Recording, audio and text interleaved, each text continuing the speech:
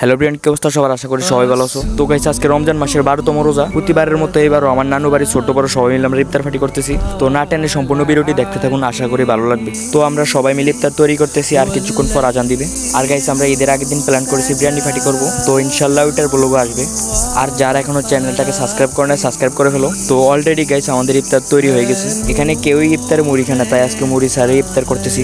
তো আজানের জন্য সবাই ওয়েট করতেছি, আর কিছুক্ষণ পরেই আজান দিবে। तेरे और शब की रौनक जुल्फों से अल्लाहु अल्लाहु अल्लाहु अल्लाह अल्लाहु अल्लाहु अल्लाहु Allah